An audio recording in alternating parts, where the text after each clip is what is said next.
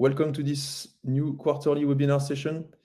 We are going to wait 1 minute to let more people coming in.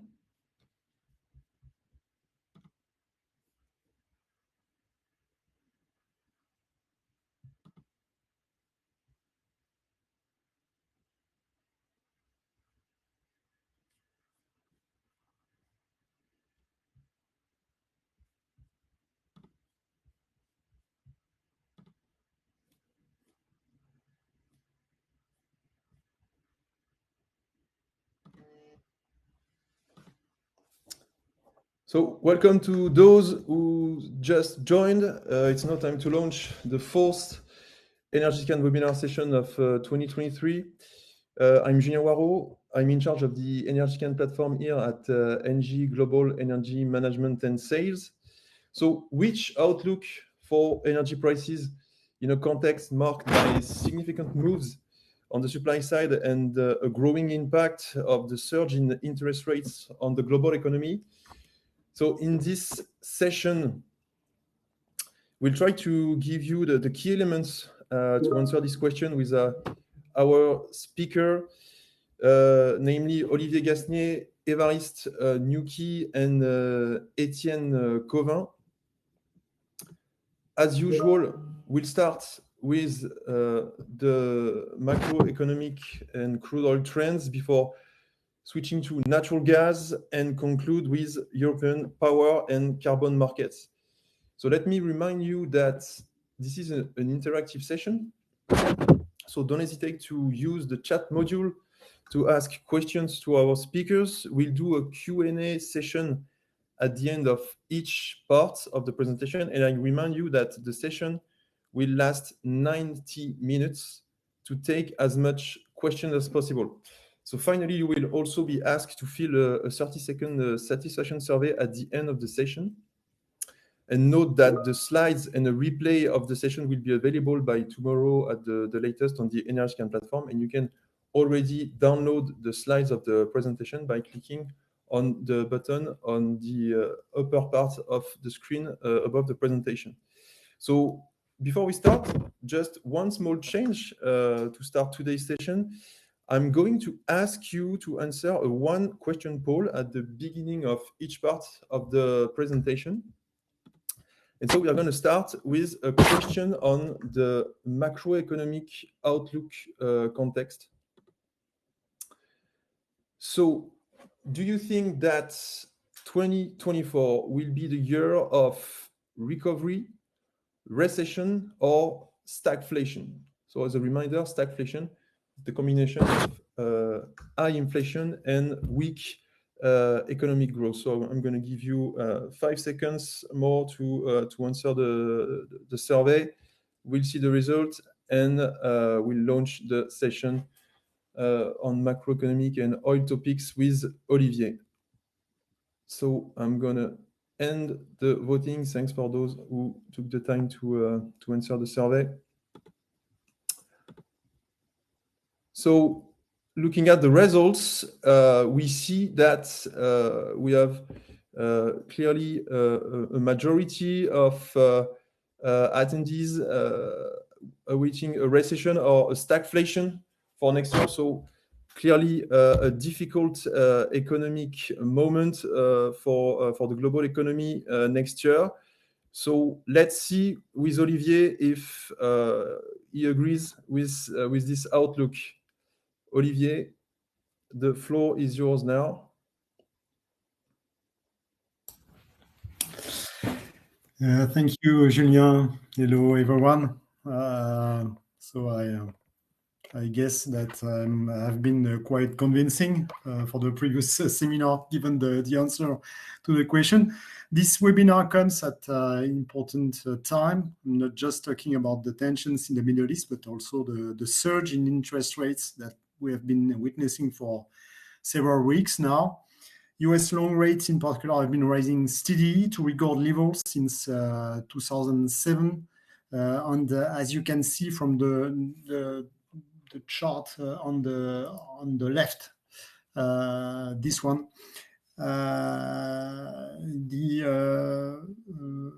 that really marks a real break with the mid-80s.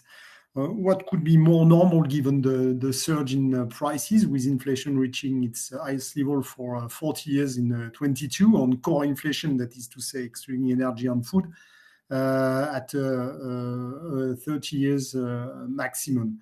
What is surprising about this rise is that it comes so late in the economic cycle, when core inflation seems to be easing, as shown on the graph on the right. So let's try to understand why. The first element is that the markets have refused for a long time to listen to the Fed, which was telling them that it was going to leave rates higher for longer. And they finally accepted this after the last meeting in September, and this is really obvious in this chart on the left. The second factor is that rates are not rising because of inflation. If you look at expectations, they are stable. But because US growth is holding up very well beyond expectations, the markets were expecting a possible rapid recession. They now think it will be avoided. And as you can see from the middle chart, it's really the real rate. So the interest rates, less inflation that is rising. The third factor, there has been and will continue to be a talk of a shutdown in the US, the closure of US administration because they have no more money. And so that has worried really rating agencies about the inability of elected representatives in Congress to take sound decisions on the management of public finances. And this sound management is more necessary than ever because the deficit has never been so high while unemployment has been so low. This is what you can see on the graph on the right. It is imperative because COVID has pushed debt to record levels and interest rates are rising, which will significantly increase the debt burden. As you know, this is not only a US problem. To make matters worse, interest rates are rising everywhere, including in Japan, where the main holders of US debt are much less inclined to invest abroad if they can obtain decent returns without taking the foreign exchange risk. And what's more, the main buyer of US debt in recent years has started selling it in order to reduce the size of its balance sheet. I'm talking about the Fed, of course, and that marks the end of the Fed's quantitative easing policy.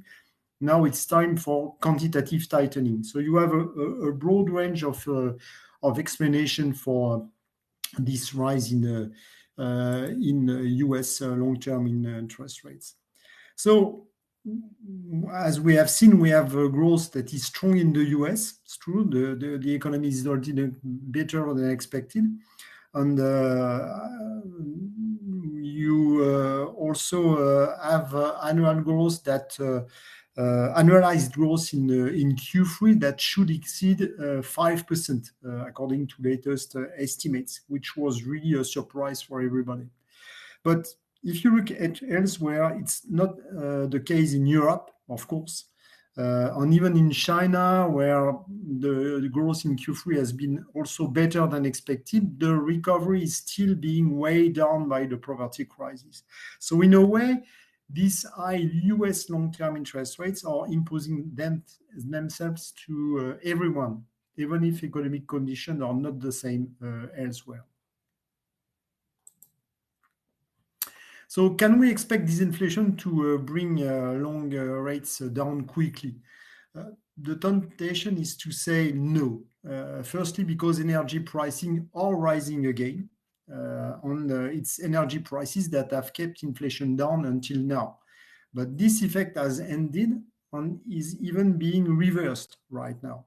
And just by leaving energy prices at their September level, the energy component could push up inflation rates by at least 1 point by mid-24. Nobody really expects that today, and that probably will be a surprise for everyone. If energy prices remain high, inflation could be up in the coming months again. But Well, you will say, okay, what counts for central banks is core inflation. So what can we expect for core inflation? We have seen that core inflation has already fallen in the US, as it has been the case also in Europe. But this is also partly the consequence of the fall in energy prices, because you have also always a link between the two. It's not completely separate. When you look at the prices of services, which is really at the core of core inflation, if I can say that, they have fallen slightly, but the variation over 1 year, year on year, remains extremely high. See, around 5 to 6% in the US, close to 5% in the euro area. And to see how service prices are going to evolve, we need to look at wage increases. These are high, which is normal since unemployment is at its lowest everywhere. The latest indicators even show some improvement in the US. So, in short, my message will really be to say that the inflationary threat seems really far from being over today. So, if interest rates are indeed set to remain high for the long term, this is, in my view, and I think it's a shared opinion, really not good news for growth. If you look at surveys in the banking sector, they show a clear tightening of credit conditions. And if you look at surveys for households or for businesses, they show growing difficulties for them to access credit. The main obvious victim that you know very well as well, the property market throughout Europe. We see that the prices are down, that the transactions are blocked. There has been some respite in the US because interest rates were lowered following the banking crisis in the spring, but a relapse is already underway, as evidenced by the deterioration in the business climate in the construction sector. In the Eurozone, if we calculate what is known as the credit impulse, which is actually the second derivative of credit flows, so that measures the acceleration or the slowdown in credit distribution, we see that the scale of the slowdown is the biggest since the great financial crisis. We will also see the effect on interest rates higher on the market financing via a widening of spreads on the riskiest loans in the coming months. That's absolutely unavoidable.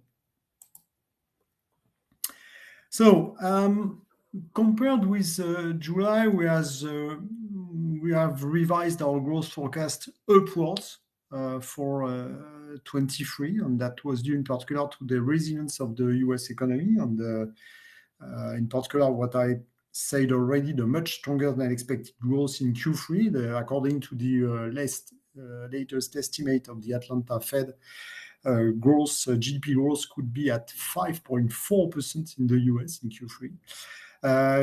Yesterday we had the figures for Chinese GDP growth, and that the conclusion after that, the figures were also a bit better than expected, is that Chinese GDP growth could finally reach 5%, which is the official forecast.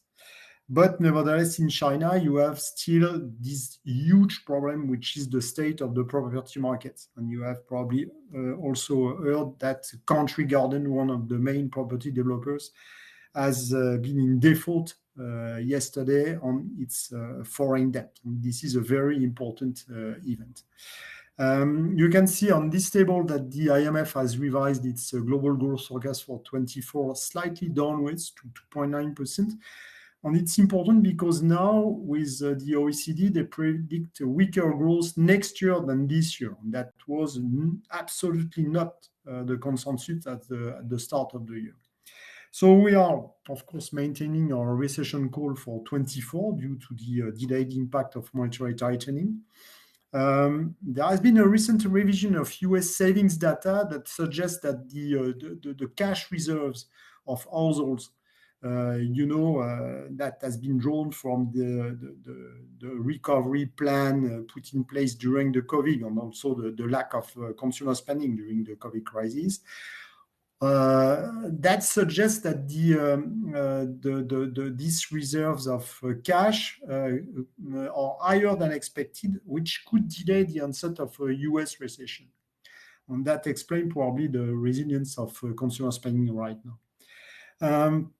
But even if it's the case, we can expect a more restrictive monetary policy in that case, and therefore eventually an even greater risk of recession. What I want to emphasize is that, in my opinion, there really is no soft landing scenario left. Any resistance in activity will result in further monetary tightening or rate hikes until something breaks, be it growth or financial markets or both. But we often tend to forget that these are long processes.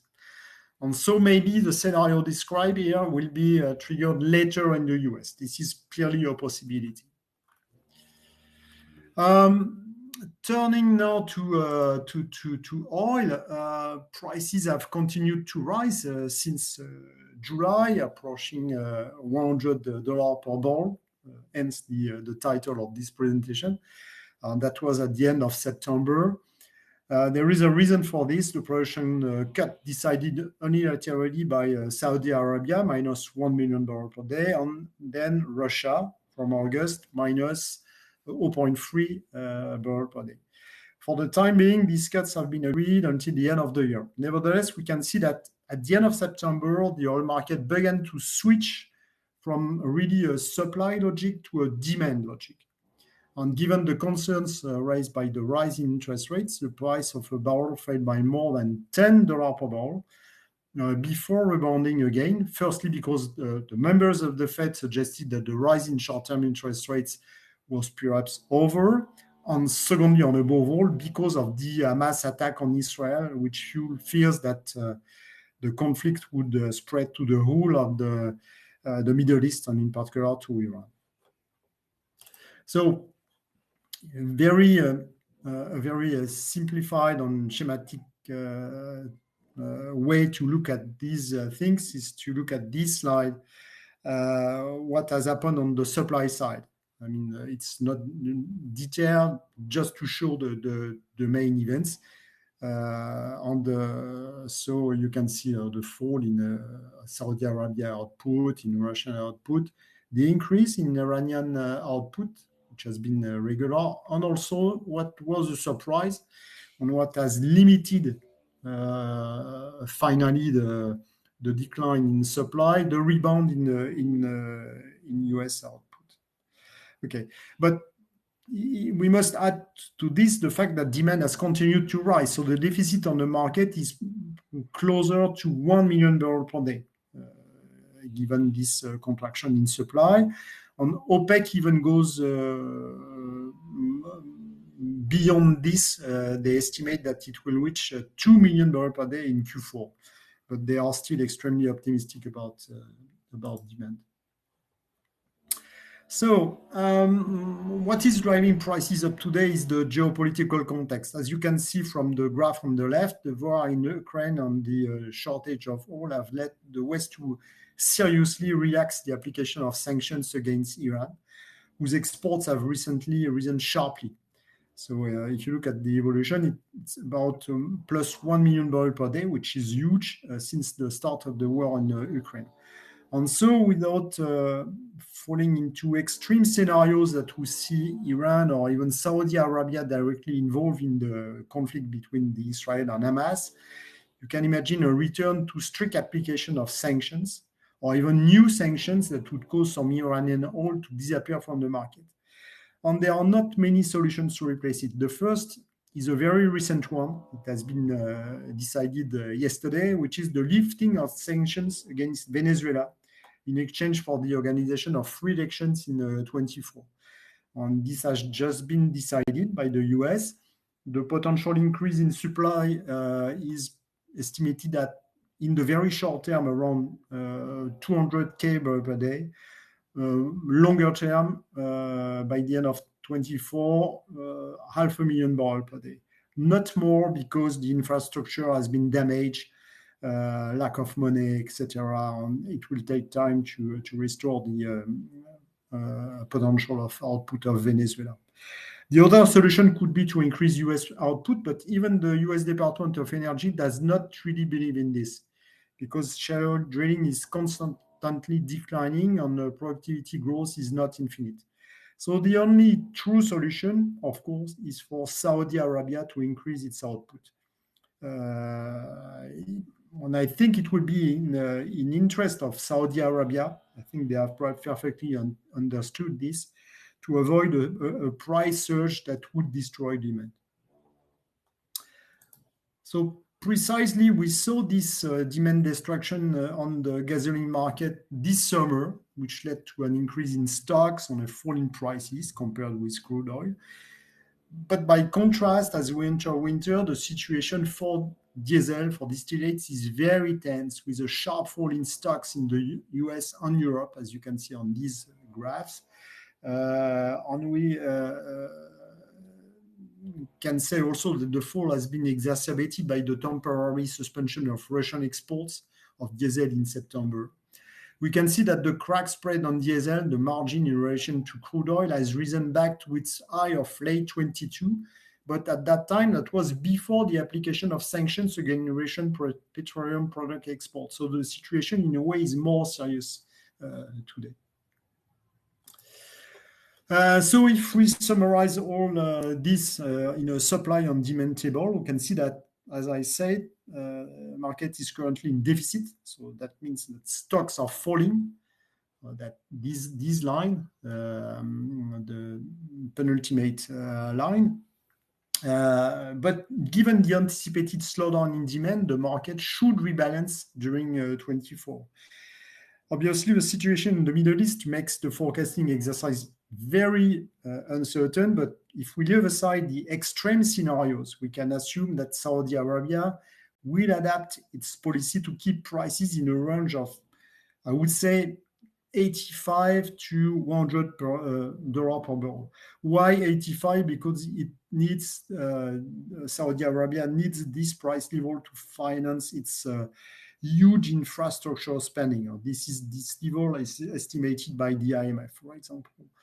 100 because we have seen that demand destruction is strong at this level, on restricting supply would become counterproductive. So, of course, we might think that prices would fall further initially as a result of the adjustment. That explains why we forecast prices that could fall below $80 per barrel.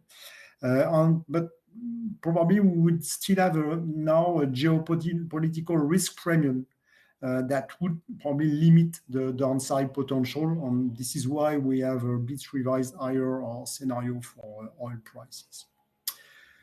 That's all for now. Julien, maybe I don't know if we have some question. Yes, Olivier, thank you for the presentation. Yeah, we have several questions in the chat. So we are gonna start now.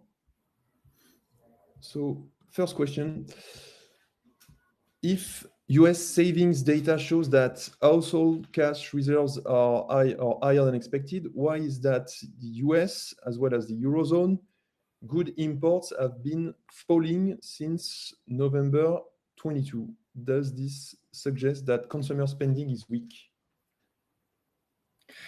No, at least in the US, consumer spending has remained strong, but it's what is certain is that the recovery after the COVID crisis has been mostly in services for obvious reasons. Because this is exactly the category of expenditure that had suffered during the crisis. So it's true that we have seen more strength in the service sector than the goods sector. And what is also obvious is that we can observe a decline in international trade, because there is also a willingness of everywhere to bring back some production home. this is another factor, maybe, of explanation. Okay. A second question from the chat. What are your expectations for the Eurozone in particular? So industries in particular are having a very rough, tough time amid higher than before energy prices, elevated interest rates, and high competition from US and Asia. Recession is already on our doorstep, especially for the chemical and machinery sectors. Yeah, it's true that we have seen a clear deterioration in business expectations. So this morning, for example, the survey from INSEE in industry was a bit worse than expected, although it was the real difficulties were in the retail sector. But it's true, and when you look at the evolution of PMIs, they are very low in the manufacturing sector, especially in Germany. Germany is clearly the country with the strongest industry in Europe, and this is the country where the economic performance are the worst. Germany will be in recession this year. If you remember the table that I showed, we have a negative forecast, and this is something that is shared by everyone. So yes, the industry is in a quite bad shape right now, and this is also linked to this slowdown in the international trade, also the difficulties, to have access to some components, etc. That has led to reorganization in some sectors, and of course the fact that the cost of energy has increased dramatically, and this is for some industries like the chemical industries, very painful factors. Yes. Thank you, Olivier. Another question regarding central banks. Is the ECB, so the European Central Bank, in position not to follow the US rate increase if they don't want to see a sharp decrease in the euro versus the dollar value? Well, first, what we can say is that in September, the ECB increased its key rates, while neither the Fed nor the Bank of England did it.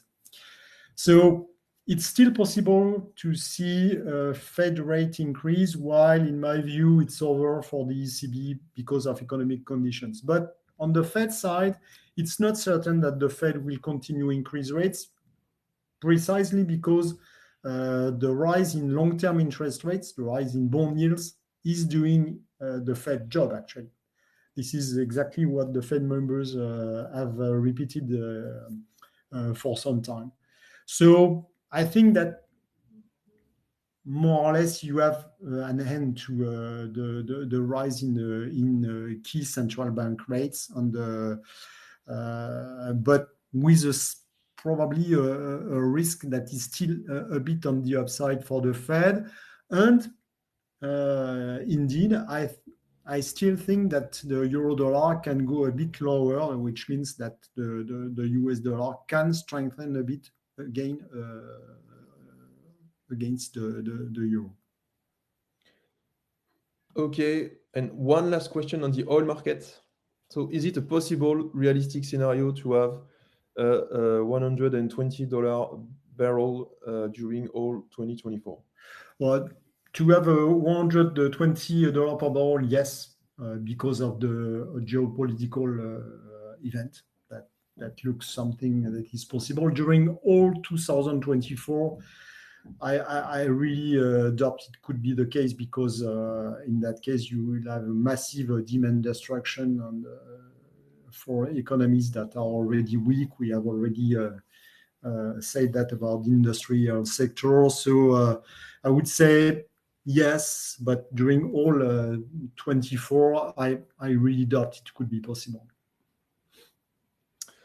Okay, thank you, Olivier, for your answers and your presentation. So it's now time to switch to the gas part. And before we start the presentation with Évariste, a second survey for you. So one question regarding gas fundamentals, and one key element of European gas fundamentals, the level of gas stocks. So European gas stocks are full at 98% as of today, which is a record high. So in your opinion, at which level will they end the winter season? So is it above the historical average, which is around 35% fullness rate at the end of March? Below the historical average or close to the historical average? Of course, this is a key element for the outlook of European gas market in 2024, as gas stocks are a key balancing parameter for gas markets. So I'm going to end the vote in a few seconds. Thanks for those who already took the time to answer. Okay, I'm closing it right now. Let's have a look at the results. So we see that we have a majority of attendees expecting stocks above the historical average or close to the historical average. Clearly, a minority below the historical average. So a sentiment of relative comfort for the coming months. So we'll see if Évariste shares this opinion. Hello, Évariste. Hello, Julien. Yes, hello, everybody. I'm happy to see that the majority shares my view. We'll come back to it later on. So to start this presentation on the gas market, we'll begin with the European gas balance. A lot of risks were identified. Let us start with the number one of them, maybe. It's the risk on Russian supply. The risk was already materialized at some point because of the expected strong drop in Russian flows. But what the market feared was maybe an additional strong drop and even a total loss of Russian gas. But you have to say, and we see it on the table, that since the start of the year, we are receiving Russian flows, particularly from Ukraine. And the last value for the third quarter was even very positive, with an increase in Russian flows. Flows from Norway was another risk factor. Last year, Norway increased strongly its supply because the market at that time needed additional supply. A lot of maintenance were postponed. So for this year, the risk was to see a slowdown, a decline in Norwegian supply, because now you have to do the maintenance you did not make last year. An additional concern was about the ability of fields to maintain strong production levels without outages. And this year, unfortunately, we see that some fields are finding it much more difficult to maintain a high level of production. That's why you see that Norwegian supply since the start of the year is lower. The same you can apply it to domestic production as well. The postponement of maintenance you have to do now, the fact that you are running at maximum capacity, so you are inclined to some technical outages. So overall, if you look at since the start of the year, we are seeing supply significantly down. But at the same time, this is compensated by a drop in demand. On the three components, you have a drop in local distribution zone demand. You are talking about minus 8%. The same for industry, minus 11%. The same for power generation, minus 17. This was not the case last year. If you look at the table, last year, because of lower nuclear generation, lower hydro generation, we needed gas-fired generation to be used. It's not the case this year. That's why you are seeing this drop in power generation. So overall demand is down by around 11%. So demand is lower, compensating the drop in supply. And at the end, we are maintaining European gas stocks at rather high level. It's the last row of the table. You see that we are at around we were at around 100%, 100 BCM. Now close to the value Julien mentioned, 98% above the value of last year. So you can see it on this one. So stocks are comfortable. We are above the target set by the European Commission, which is fullness rate of 90% at the start of November. So stocks are full. I have to apologize because one information is missing. The gray line is the historical average. So I was happy to see that the majority of you believe that we'll be above the historical average.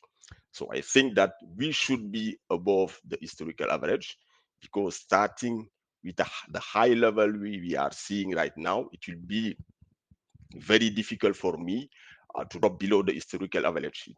It means that probably the winter will be very, very cold, and you don't have demand destruction. This is not a scenario I share.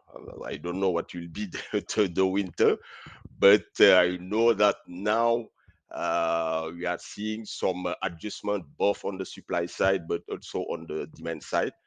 That makes me believe that we can avoid the extreme situation where European gas stocks will drop below the historical average.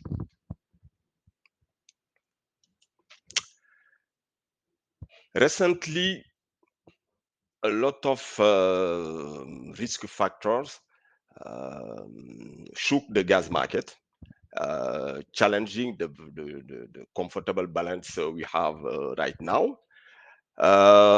First, you have the issue with the Australian LNG plants, the issue with the two plants of Chevron, the risk of strike on, let's say, some concerns, some discussions, some about the pay and the work condition by the workers. The other one is clearly the outbreak of the tension in the Middle East. In the very short term, the impact is clearly on the shutdown of the Tamar gas field in Israel. So as a reminder, this is a field that produced around 10 BCM in 2002, with some volumes being exported to Egypt and Jordan. So the risk is clearly to see a drop in feed gas for Egypt and then reduce its ability to export LNG. And the other one is clearly to see Jordan reverting to LNG imports with this expected cut in pipeline import from Israel. Adding to the bullish momentum, you had also the drop in temperatures in Europe. So, of course, these are real threat for the balance, of course, in the very short term. It could explain the rise in prices. But if you look at the real impact and you look at the current situation in terms of stocks, in terms of adjustment you can have on the demand and supply side, our conclusion was to say that the market overreacted. Just to take the example on the Australian side, if you say, I imagine an extreme case where I have a total shutdown, a total closure of the two LNG plants for 3 months, you will have a total loss of around 8 BCM, assuming that this loss is evenly distributed between Asia and Europe. The missing volume will be only a little bit above 4 BCM for Europe. 4 BCM for us is not enough to really tighten the European balance. So, of course, the risk is real. It was real, I think, but it was not supposed to really tighten the European balance. And at the end, the good news for buyers was the fact that yesterday Chevron and the union finally managed to find an agreement. And so for the moment, at least, the risk of strike is behind us.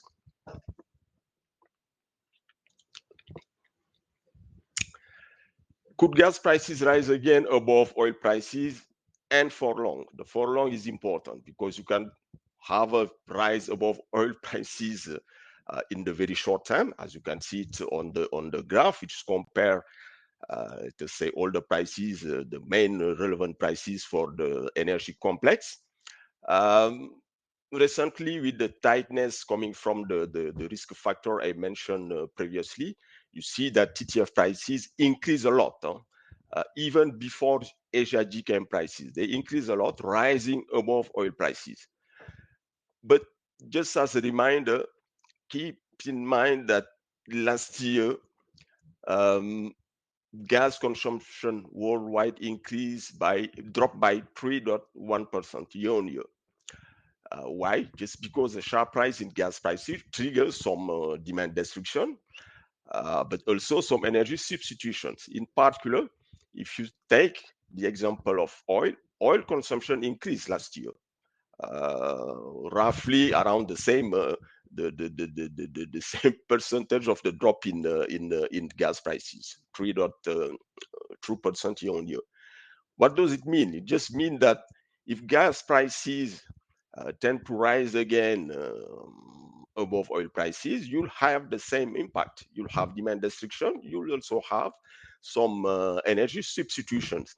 That's why for us it is difficult to imagine gas prices rising again for long above oil prices. And on top of that, you also have the impact of coal. Coal prices are lower, and they will tend as well to pull prices on the downside, again via energy substitutions in the power sector, particularly in Asia. So difficult in those conditions to imagine a new rise, a new surge in gas prices above oil prices for a long time.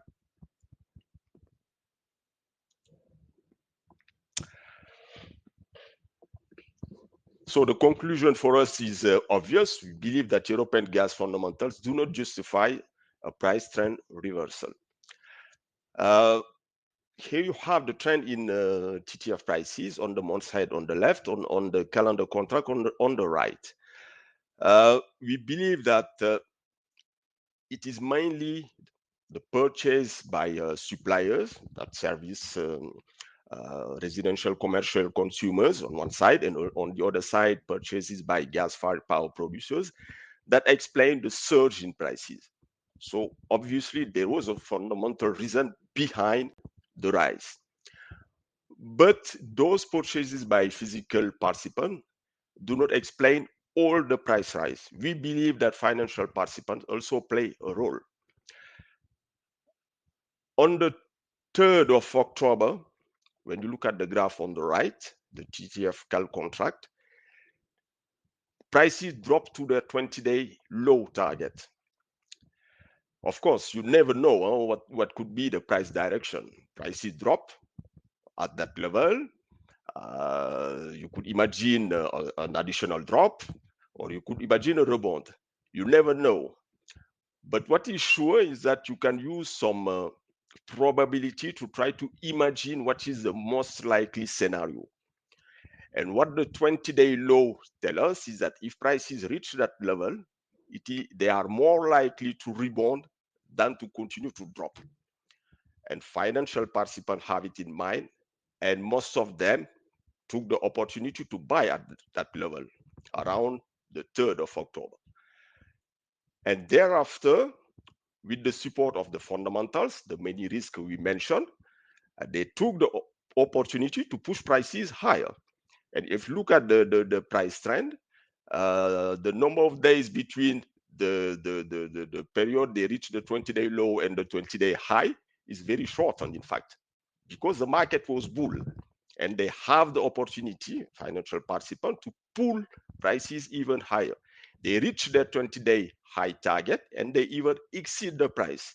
And you can even imagine that the most greedy of them try to challenge the 1 year average. The 1 year average is the line which is above. You can see the blue line above.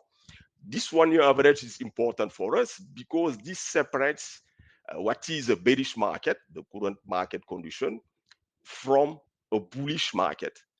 So they took the possibility to try to push their advantage towards the 20-day, the 1 year average.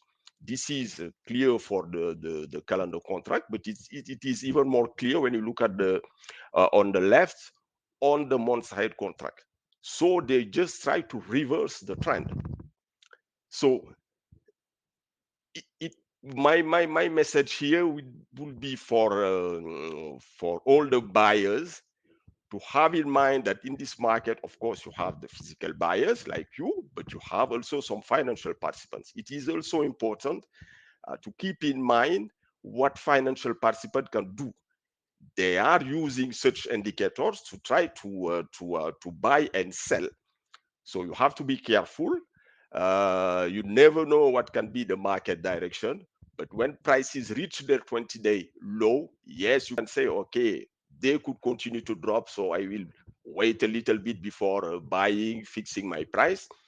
But in terms of probability, this was a good buying level when prices are at the 20-day low. At least you can decide to take part of the volumes, fix part of the volumes, and then leave the position open for the orders. If prices continue to drop, you will buy again at a lower price. If they increase like they did, yes, you say, okay, I did a good deal by buying at that level because I know that in the market, I also have some financial participants that could try to pull prices higher.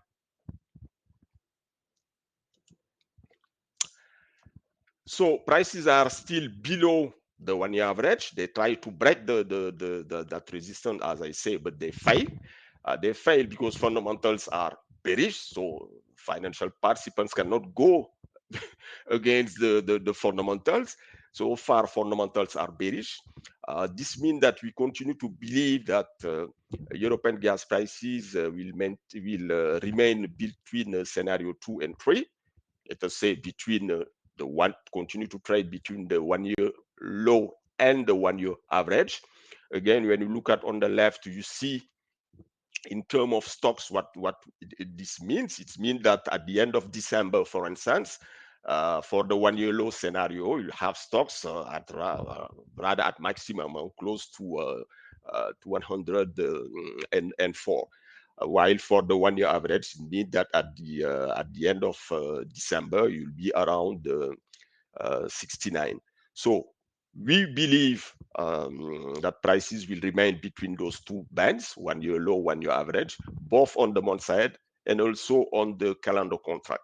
On the calendar contract, prices are still trading at rather high levels, on top of the coal range. But if fundamentals continue to be bearish, as shown by stocks, if stock continue to be comfortable, we believe that gradually the risk premium on this calendar contract will drop, and we'll have prices coming back to levels closer to the average coal switching level. So now, if you look further ahead,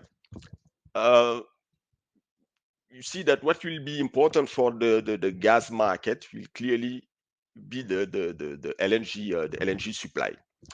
Until 2024, only limited LNG capacity is expected. But from 2025, as you can see it on the graph, you'll have a strong push, a strong increase in LNG supply. And by the end of 2027, we even expect world LNG capacity to overcome the loss of Russian flows. So good news for buyers from that period. So if you try to put it in perspective with the expected increase in the energy and gas consumption, this push in LNG supply means that you'll increase LNG supply by around 8% year on year on average between 25 and 27, knowing that at the best energy consumption will increase by around 3%. It means that yes, you have a strong pressure coming from the LNG market to try to take some market share on the LNG, on the energy market and the gas market in particular. And of course, this means that at the end, you'll have a strong pressure on gas prices. And when you look at the trend in current forward prices, it seems that the foreign market is taking this view into account, because when you look at the graph on the left, here we compare again the prices for the energy complex. You see that prices peak in 2024, and then they drop afterwards, mirroring what we just mentioned for the LNG market. On the graph, what is also interesting is to mention that gas prices tend to trade below their coal equivalent, the coal switching level, starting 2025. We believe that this is the impact of the coal phase out in Europe. So this coal switching level will become less and less relevant. We believe that on the cap side, oil prices should continue to play their role as energy of last resort, and then tend to set a cap to gas prices. But this means that, yes, but we have now to look on the downside for gas prices to find a new equilibrium and a new onshore level on the downside. We don't know yet if this onshore level will be the cost of US LNG delivered to Europe or the renewable switching level. You see on the graph that if you look at the values starting 2027, for instance, you'll have let's say a kind of a balance to find between the range in the renewable side, the range depending on the assumption you make on the cost, the LCOE for wind or solar. And for the US, it depends on the way you price US LNG. The lower part, the minimum part, is the US Henry price, and then you add the shipping, you add the regasification, and you can even add liquefaction. Here you have the full range. In fact, on top of the US price, you have the liquefaction cost. Here you have the full cost. And I believe it is interesting to see that for those maturities, TTF prices are priced, at least by the forward market, close to the full cost of US LNG, which can be relevant because for those maturities, bulk of the capacity is not built yet. So you have to pay the liquefaction to be sure that the market will bring the capacity online. So that's it for me, Julien. I don't know if there are some questions. Yes, we have multiple questions in the chat, so I will pick some of them. So, first question on the situation in the Middle East. So, if I'm not mistaken, Egypt has exported a single LNG cargo in the last 3 months, even before the Israel-Palestine crisis. Do you think the market is overreacting to this particular crisis, as it did with the Australian LNG strikes? Yes, as I say, I think that the market has overreacted for sure. But for Egypt, you have as well to be careful. Even if they reduce a lot their export, they can import. Some years before, Egypt were importing LNG. So you have it on both sides. If they cannot get more gas from Israel, of course, this will reduce first their ability to export, but this could turn them to revert to LNG imports, as for Jordan, as I say. Okay. Second question. So 2023 went relatively well because the stock level at the end of winter were approximately at 60% fullness rate. How will the markets react if the level at the end of the 23-24 winter is at historical level of 30%? So this was the question at the beginning of the presentation. Well, first, I don't believe in this scenario, as I say, at very low historical levels. But of course, if this happens, It means that the winter has been very cold. It also means that you have not been able to compensate the additional demand by higher LNG, for instance. And of course, if you don't have additional LNG and demand is high, you are in trouble. As, if you remember well, these are the two factors that we use to build our scenarios. So to maintain the balance comfortable, you should have a weak demand and or a high LNG supply. If you are not having high LNG supply and you have a high demand, yes, of course, you are in a very tight scenario, and then at the end, prices will increase. Okay, a third question regarding renewable gas.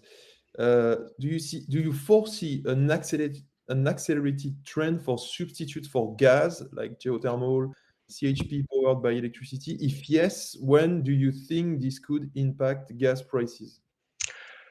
I think this is already impacting gas prices. When you say we are seeing a drop in local distribution zone demand, I believe that part is, of course, because of demand destruction, but also, as I said, this is also because of energy substitution. The process is already ongoing. And I believe that it is already impacting prices, and it should continue to impact the prices because we expect those stuffs to continue to be installed, those appliances to continue to be installed in the years to come. Okay, we still have some time for other questions, so I continue. Can you elaborate a bit more on the renewable switching level you showed in your last slide, and how it impacts gas consumption and renewable generation? Yes, okay. I did not give some precision, but it's like the coal one. You say, okay, I have a gas plant on one side, and on the one I have a renewable plant. And if I am a gas-fired power generators, I have the ability as well maybe to do some renewables. I just want to make the decision between building a renewable plant or building a gas plant, like what we did for the coal, for instance. So the cost for the gas plant is obvious. You have to buy the gas at the price, for instance, and you add the EUA price. And for the renewable, you have the LCOE. I assume that my cost is the levelized cost of electricity, but you have a difficulty with the renewable. It's the fact that your capacity factor is not 100%. Some days you will not have enough wind or solar. The assumption we make is that during those days, you have to compensate the lack of supply by taking power from gas. The day you will have batteries running at, let's say, with the capacity needed, you will take the battery storage cost.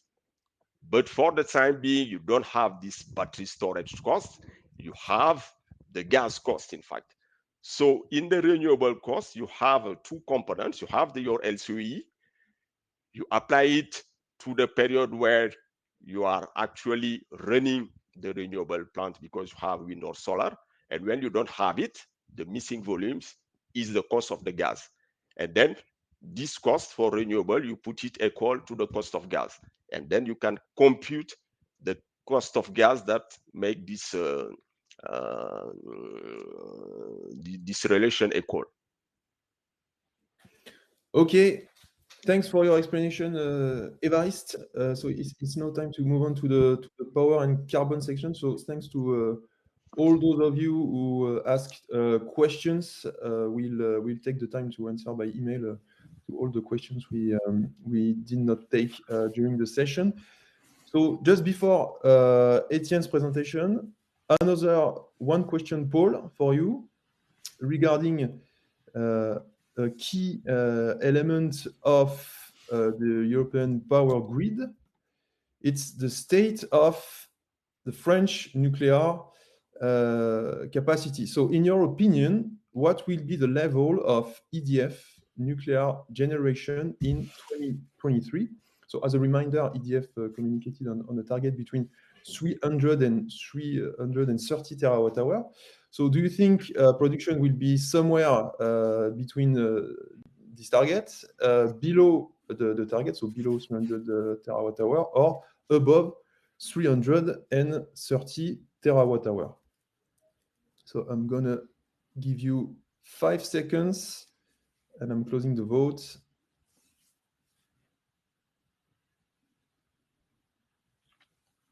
Okay, thanks. So looking at the results, clearly we have a majority of attendees expecting EDF to reach its target. Some of you are quite optimistic. We're thinking we could be above this target. It could be quite a good news for European power supply. And we have a minority overall below the target. So Etienne, the context is there. It's time to move on to the power part. The floor is yours. Thanks, Julien. Good morning, everyone, and I'm really delighted to see you all joining our quarterly webinar again. So as usually, as Julien said also, I will be sharing the most recent updates from the power and carbon markets, along with our outlook for the weeks and months ahead. So let's start right away with the power markets fundamental, and more specifically, the electricity consumption in Europe. So as you can see from both charts, power demand has remained notably below average since our last webinar in July. On the left chart, which displays the European power demand non-corrected from temperature's effect, you'll notice that the load remained relatively stable in September instead of the typical upward trend seen in the previous years, which you can see with the red and orange curve and even the overall gray range. So of course, this can be explained by the above average temperatures we had in September, along with the, let's say, challenging context faced by the industrial sectors, and I think it's a good understatement, but I'll go further into that subject in the next slide. So on the right chart, this time you can see the French power generation corrected from temperature's effect, and it appears quite clearly that demand destruction continued to linger despite the correction of energy prices over the past months. Of course, this is only France, but the situation can be extrapolated to the neighboring countries. So unfortunately, RT has not updated its data since late June, as you can see on the chart. But currently, we estimate that power demand corrected from temperatures is hovering between 2 and 4% below normal. However, it should be noted that we are at a peculiar period. It's very difficult for us to estimate with accuracy the correction data, simply because we do not have heating or cooling demand. Therefore, we will have to wait for a sustained cold wave to actually estimate more accurately, let's say, the change in behavior, basically the energy reduction measure taken by the population. So, okay, let's move to the industrial part. So if you look at the left chart, it's pretty clear that the European industrial production has been continuously decreasing since March. But looking forward, with the manufacturing PMI, as you can see on the right chart, you can see that the indicator is still well below 50, which suggests that there is no sign of a recovery of industrial production, and we still expect a contraction of activity in the upcoming months. On the plus side, if there is any, you can see that the downtrend has started to stop a few months ago, let's say 2 months ago. But unfortunately, it does not mean that we expect a recovery, just that the pessimism might have reached a bottom for now, and the situation could stop worsening. So already something, I suppose. Okay, so with that overview of the demand side of the market, let's now move on to the supply. And the situation is quite bearish for power prices as well on this front, because on this slide, you kind of have an overview of the renewable supply in the EU. And in my opinion, the most striking part is, of course, the solar generation displayed in the upper left chart. So I already presented it in the previous presentation, but it's even more striking now that summer has passed. So you can easily see the impact of the fast-growing solar capacity in Europe, with the generation standing way above the previous years, which of course reduce the call for thermal power plants, more expensive, and hence weigh on the power market. The situation with the wind power on the right is a bit less obvious, but it's still been quite strong over the past months, except for the first half of September. Now regarding the hydro, which actually what interests us most for the upcoming weeks, since it will have a strong impact on power prices as well, you can see unsurprisingly that the hydro generation, so the run-of-river and conventional production, has been reduced over the summer due to the warmer temperatures and heat waves, which is quite usual. But you can also see that the forecasts are already pointing toward wetter conditions for the remainder of the month. So yeah, let's say the situation is comfortable and should improve in the coming weeks. Moreover, and this time I want to attract your attention on the right chart, bottom right chart, you can see that the France hydraulic reserve are standing at very high historic levels. So really the situation on this front is quite comfortable, and this has helped, let's say, induce a retracement of power prices in the past weeks, which I will present in the coming slides. This is France, of course. The situation is a bit less favorable in Switzerland and the Nordics, and even a bit worse, but I'm not sure worse is the word, in Spain. But yeah, let's say overall the situation is comfortable on the hydro side. And it's not the only bearish factor actually for power prices, because you will discover it in the next slide regarding nuclear. So for once, there was not much development on the nuclear front in France, besides an impressive increase of availability, which you can witness with the red curve on the upper chart, throughout the summer, thanks to EDF efficiently implementing its inspection and repair plan for the corrosion issue, and even managing to be ahead of schedule, which is quite a first, let's be honest. So congrats to EDF, which successfully managed to reassure the market on this front, and it was not an easy thing to do. And I'm sure you will see in the coming slides the actually heavy bearish impact it had on French power prices. So if you want to talk actual numbers, the nuclear availability has increased by 15 gigawatts between August and early October, which is quite impressive, and is currently hovering around 43 gigawatts. So it's very massive recovery in a very short amount of time, but overall the level remains within historical averages. So yeah, it was a good news, but let's not forget that the availability is still pretty average. Nonetheless, EDF has recently reiterated its 300 and 330 terawatt hours, which is good news, because I don't know if you remember that, but last year EDF was progressively reducing its output as we headed toward the end of the year. So this time, no, it held with its target, so it's pretty good. And we honestly believe that it should be reached. So to answer the survey Julien posted a bit earlier, we expect EDF to respect its target, even perhaps being in the upper end of it. And what's interesting is that EDF won't need the 55 gigawatts of availability posted by the remit availability. Even a bit lower than that will be enough to reach this target. I know I said it repeatedly. I have repeated it several times before, but I think it's very important to insist that the remit availability is not what we expect. It's actually the best case scenario, because it only includes planned maintenance and already in place maintenances. So basically, if you want a more realistic view on the availability for the upcoming months, you have to take assumption on unexpected outages and extended outages. And this is why actually you can see in green the remit availability for 2024, which seems outstanding. But when you look at EDF's target on the table in the bottom, just below the chart, you can see that there is a huge discrepancy between the two. It's basically because EDF has assumption on what could occur next year. The most likely scenario is that the availability over the summer will be reduced to optimize availability during the winter. So overall, the situation is better than expected as we had over the winter, but there are still some uncertainty on the thermal stress crack issue, since we had no news on the problem since only 2 reactor was brought back from maintenance. Basically, the reactor was affected by the issue, and EDF brought it back without giving any detail on the issue, which can potentially impact all the design of the fleet. So far, there is no bad news. So yeah, let's say perhaps it's a good news as itself, but it's still good to consider the risk for the upcoming months and year. On the bottom of the slide, I also added the result of the first auctions for the power generation held by EDF, but it should have no impact on prices, on the power market prices, I mean, since it's not within the market's horizon, usually focusing more on the next 3 years.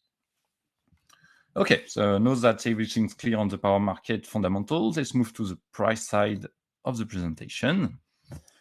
And with the spot market, so you can see on the charts, perhaps it's a bit clearer on the right chart with the average prices, that the day-ahead prices have been hovering around and just below 100 euros per megawatt-hour for months now, with a rather strong volatility induced by rapidly changing weather patterns and, of course, frequent rebounds and short squeeze of gas and carbon prices.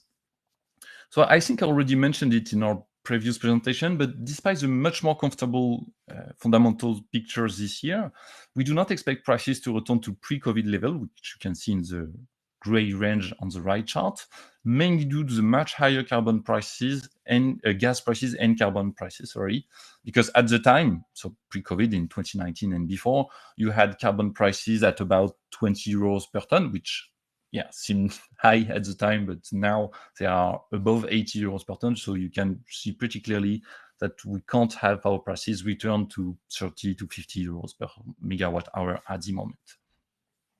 So with that in mind, let's move to, let's say, a more interesting part, which is the power forward market. And there are several things to notice with all these charts. So on the upper left chart, you have the historic evolution of the calendar power contract, which are often considered as the benchmark contracts of the power market. Just on the right, you have the weekly evolution of the clean gas cost curve, which is, cost to produce megawatt hour of electricity with gas, accounting for the emissions, price of emissions. And on the two bottom charts, you have the German power curve and the French power curve. For now, I excluded last week's rebound, just to highlight the overall trend of the market. And it appears quite clearly that the market has known, a strong bearish trend due to the very comfortable fundamental for this winter. Evariste already told you about it, but let's make a list of it. Of course, we have very high gas storages. We have a good LNG supply. We had so far very mild temperatures, which tends to reduce the power demand. We also had reducing carbon prices, but I will go over that in the second part of the presentation. And of course, we had a very high and very strong renewable production, especially solar one over the summer. So what's interesting to see is that first, when you look at the clean gas curve, you can see that particularly that the gas and carbon costs were behind the fall of power prices. You can see pretty clearly that both curves really followed the clean gas cost curve. But on top of that, and this time I want to attract your attention on the upper left chart, which represents the France-Germany price spread, so difference between the two. And it's very interesting to notice that France really has eroded all its risk premium for this winter. You can see it's in light gray where it stood just 2 months ago. So basically at the end of August and early September, it was still massive and inconsistent with the fundamentals. And progressively and quite rapidly as we headed towards the fourth quarter of the year, it reduced to more consistent level. Basically, in the first quarter of 2023, the spot prices, the realized spread, let's say, averaged about 13 euros per megawatt hours. So 2 months ago on the forward market, the spread for the next winter, so 23-24, was still above 50 euros per megawatt hours, and quickly it dropped. And I think it dropped as low as 7 euros per megawatt hour, so really more consistent with the fundamentals. Conversely, and this is very interesting, it started to build on the next winter. So this really means the market has been reassured for this winter, 23-24, but all the risks are now shifting towards the next one. Basically, we are knowing where the gas storage stands, and it's pretty high. We had rather bearish weather. We have good renewable, and we still have a depressed demand. But next winter, the picture is quite different. We don't know where we will end the winter with the gas storages. We don't know if there will be a recovery of power demand, even if, as Olivier said, we anticipate a recession, so it's not the preferred scenario. And of course, we don't know where will stand the competition between Asia and Europe on the LNG market. And that's all this cloud of uncertainties that are building a risk premium for next winter. And of course, I think it's the last thing to notice, and it's important. You can see that the premium is building especially strong on the French market. And it's quite usual now. Unfortunately, every year, once we have passed the risk for the current winter, we are starting always witnessing France building an exaggerated risk premium, but unfortunately, it tends to correct only in the last minute. Basically, this time, and also last winter, we saw prices correct only just before the delivery of the fourth quarter. Now, if we had last week's rebound, so Évariste already mentioned all the factors behind it. Of course, it was gas-led and a bit carbon-led too.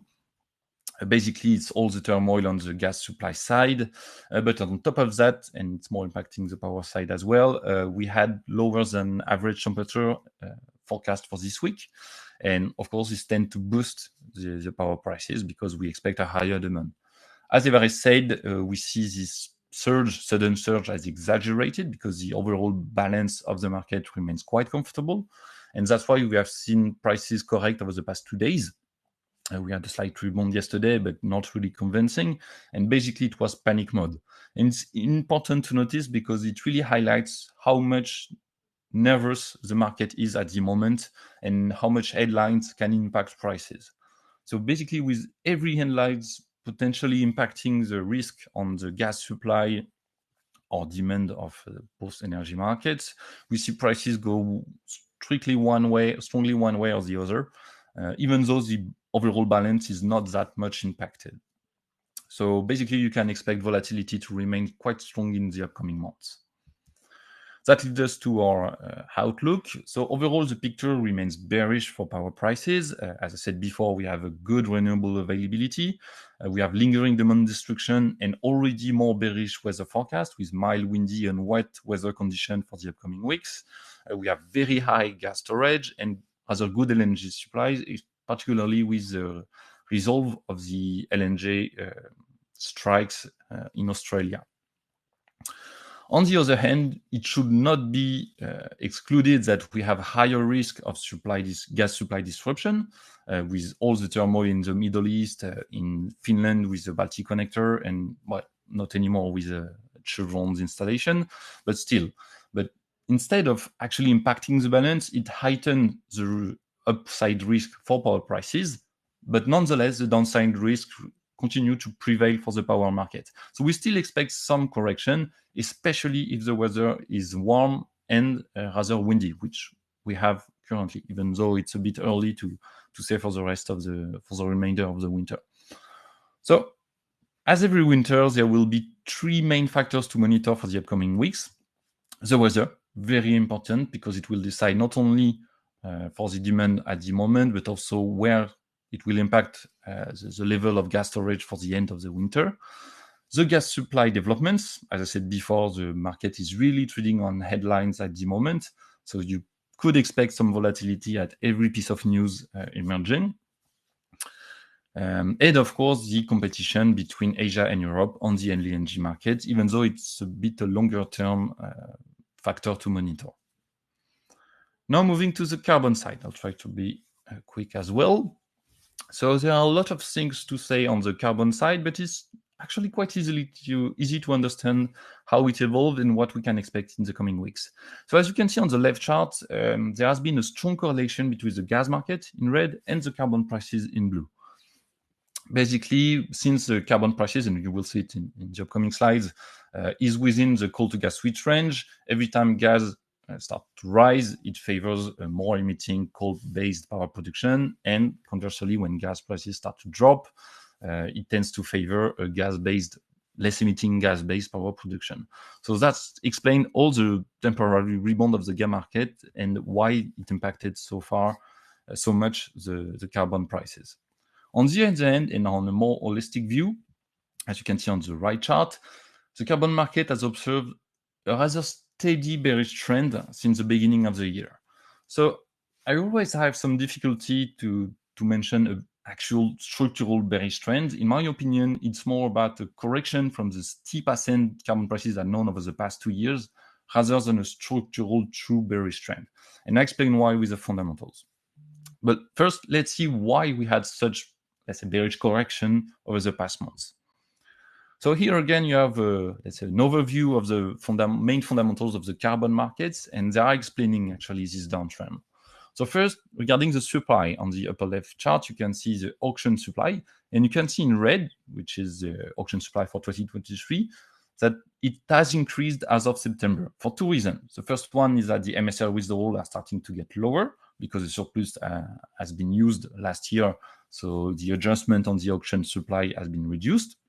And second, of course, you have the REPowerEU front-loading plan.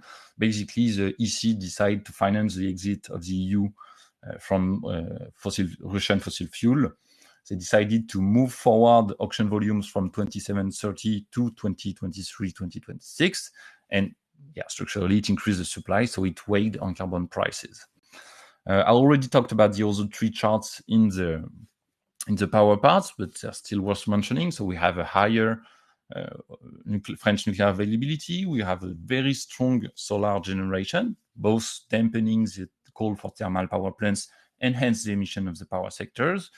And because the carbon market, as always, is a very anticipative market, you can see that the bleak outlook for the industrial production is, of course, having a bearish impact on prices because we do not expect emissions from the industrial sector to recover in the upcoming months. So all of that has really put pressure on the carbon prices and explain why we lost so much since the 100 euros per ton reach at the beginning of the year.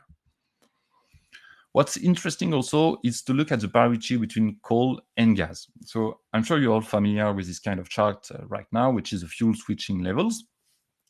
Its mechanism is really simple. So when you have carbon prices in blue in the lower end or below the range, it means that the coal-based power production is favored, it's more competitive because carbon prices are not high enough. And conversely, when you have carbon prices rising in the range or the range decreasing, it means that progressively the less emitting gas power plant will replace the coal power production. But what's interesting, instead of what it favors now, what's interesting is what it could have come as impact in the coming weeks. And as you can see, the carbon prices are currently in the lower end, very lower end of the range. So that means that even if gas prices continue to increase, which is not the case at the moment, but if we have another surge of gas prices, it should have actually limited bullish impact on carbon prices because we do not have any more coal power plants to replace gas. Conversely, if gas prices start to retrace, which is our preferred scenario, it should weigh further on carbon prices because progressively we will replace the coal-based power generation with a less emitting gas one. This potential is less important in the winter because we need both types of production, but it's more important in the summer. So we will have to monitor closely where on the curve we will have movement from the fuels. But basically, for now, we have higher downside risk due to the fuel complex than upside risk. Now, regarding the behavior and strategies of both kinds of participants, so speculators and emitters. First, you wouldn't be surprised to hear that speculators. So, yeah, just to explain quickly the chart, you have in blue the carbon prices as usual, and the rest of the chart represents the positions of the participants. So, in green area, you have the gross long position to buy. In red one, you have the gross short position, and the black dashed line represents the net position of speculators. And as you can see, it has been negative over the summer, which really highlights the bearish bet of speculators on carbon prices. And it has been quite strong, which of course increased the risk of short squeeze, which actually took place last week. So basically, it highlights two things. First, that the speculators really have a bearish bet on EUAs, or at least it was the case up to last week. And second, know that the short squeeze materialized. So basically, suddenly higher gas prices pushed speculators to cover for their short position. And we now have a much more healthy state of the market because it reduces the chance of another short squeeze because basically the short position of speculators has been significantly reduced, more than divided by 2. And now the market should follow more fundamentals. On the other hand, looking at compliance player on the right, the change of behavior is much more difficult to analyze because if you look closely at what happened last June, when we had prices drop below 80 euros per ton, we had a sudden increase of hedging demand. So this really means that prices below 80 euros per ton start to attract emitters and compliance players, and so they're becoming attractive and could represent the bottom prices for now. However, in the past week, we have reached also this targeted level, but we have not really dropped below. So far, we had no materialization of opportunistic buying. So it's really hard to say that now that the summer risk has passed, will prices fall just below 80 euros per ton be enough to trigger some opportunistic buying, or will prices need to go lower to really attract, again, compliance players? This is really quite a strong uncertainty. But in our preferred scenario, and I explain why just after, I think, for the end of the year, we see more reduced chance to see prices drop below 80 euros per ton for two reasons. First, as you can see on the bottom chart, the winter period is usually supportive to EUAs because we have higher weather-related risk, and risk of cold spell will need a higher coal for thermal power plants and hence emissions.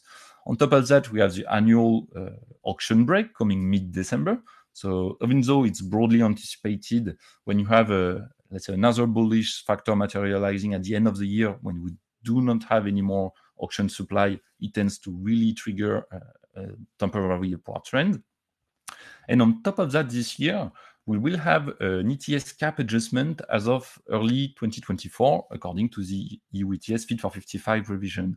And that cap adjustment will remove about 174 million tons of supply at the beginning of the year. So of course, it's not negligible. It has already been priced by the market, but recently the market tends to react quite strongly to the change of supply, even though it's already anticipated.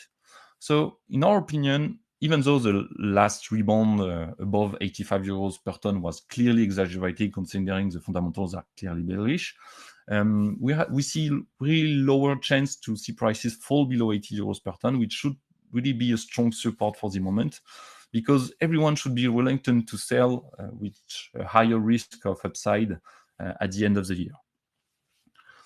Of course, the main uncertainty will be the weather. As for the power sector, if we have a very mild and windy weather, well, we will call less the thermal power plants and should weigh on emissions.